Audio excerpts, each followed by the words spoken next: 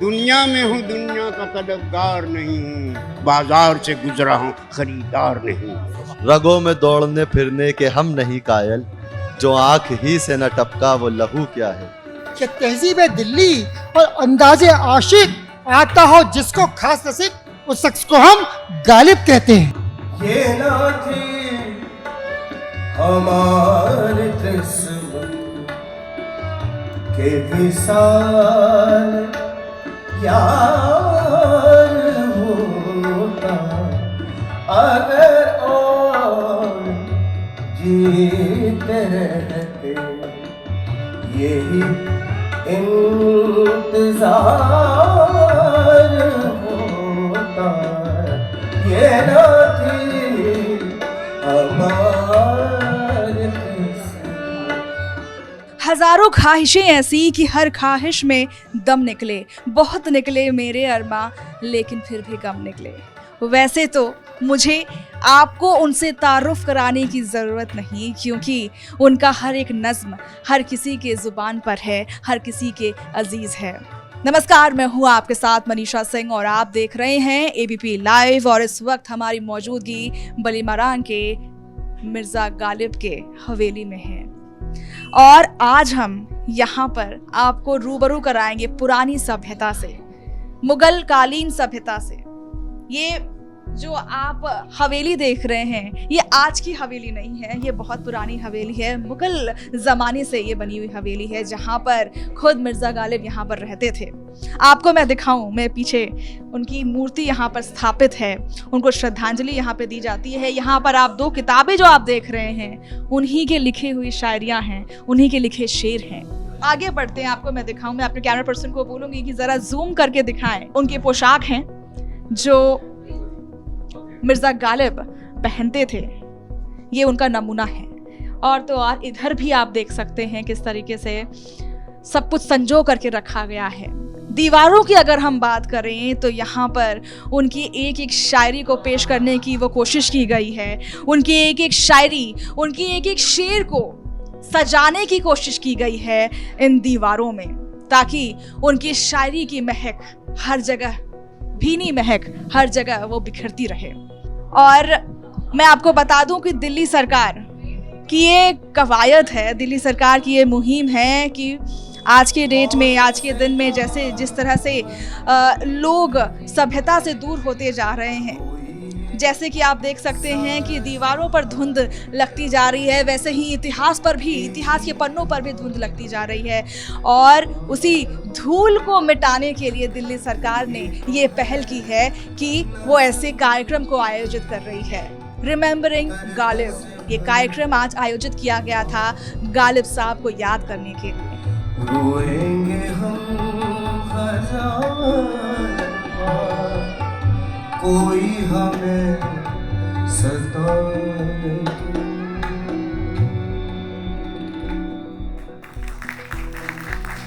और मैं शुक्रिया नवाज़ी शिंदे का। सर, रिमेंबरिंग गालिब ये एक अनूठा अभी एक प्रयास किया जा रहा है दिल्ली सरकार के द्वारा, ताकि है ना पुरानी सभ्यता जो है वो नई पीढ़ी से रूबरू कराया जाए। सर, इस पर आप बताइएगा कि अभी जो आज का जो कार्यक्रम है वो किस आधार पर है और क्या उद्देश्य है जो जनता तक जाना चाहिए? देखिए, हमारे दिल्ली का कल्चर अगर आप देखें, गंगा जमुनी तहजीब, उसके अंदर गालिब का बहुत बड़ा जो है मुझे लगता है कंट्रीब्यूशन है। और ये लोगों की गलतफहमी थी कि जो नई जनरेशन है वो इस चीज़ से कट रही है। अभी कुछ दिनों पहले हमने देखा जश्न रेख्ता हुआ दिल्ली में, और लाखों जवान बच्चे जो है उसके अंदर आए, जिनको उर्दू नहीं भी समझ में आ रही थी वो भी वहाँ पे उसमें आए। तो मुझे लगता है कि इतनी मीठी ज़ुबान है उर्दू कि उसको हमें सेलिब्रेट करना चाहिए, और उसको सेलिब्रेट करने के लिए मीर तकी मीर और मिर्ज़ा गालिब जो हैं, इन दोनों से बड़े जो हैं कोई पर्सनालिटीज़ नहीं हो सकती। परसों 27 दिसंबर को गालिब साहब का जन्मदिन है, और यहाँ इस दिल्ली के इस इलाके के अंदर उन्होंने अपनी ज़िंदगी का बड़ा हिस्सा गुजारा।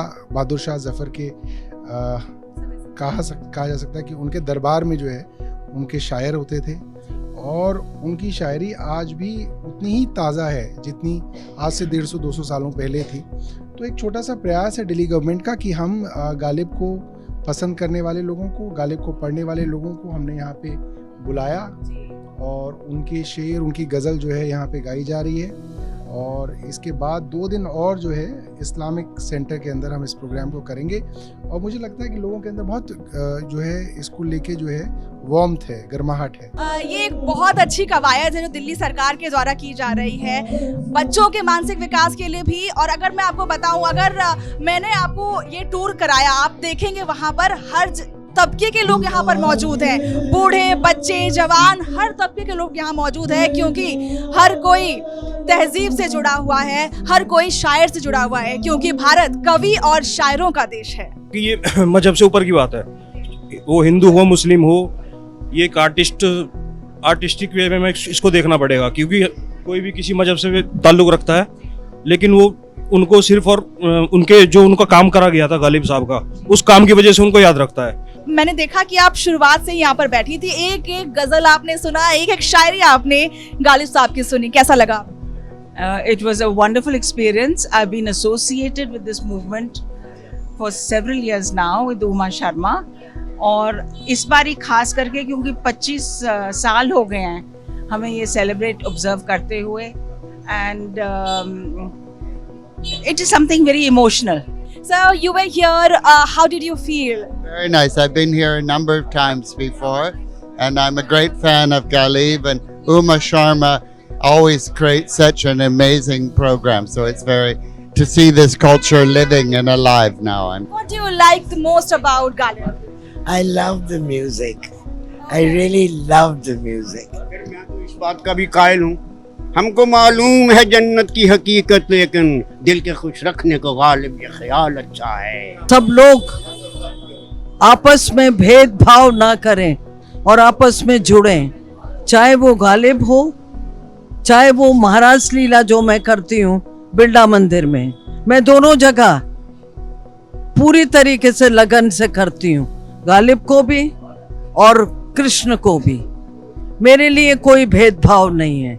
हम वेरी वेरी हैप्पी, बहुत अच्छा लगा, हम खुश हो गए, और अगर जिंदगी रहा इंशाल्लाह हमेशा आना जाना रहेगा, हमेशा देखते रहेंगे इंशाल्लाह। गालिब साहब के फैंस सिर्फ इंडिया में नहीं हैं, वर्ल्ड वाइड हैं। अफगानिस्तान से भी कई सारे यहाँ पर लोग थे जो यहाँ पर अपनी दिली इच्छा पूरी करने के लिए उनके कुछ शेर शायरी सुनने के लिए यहाँ मौजूद थे।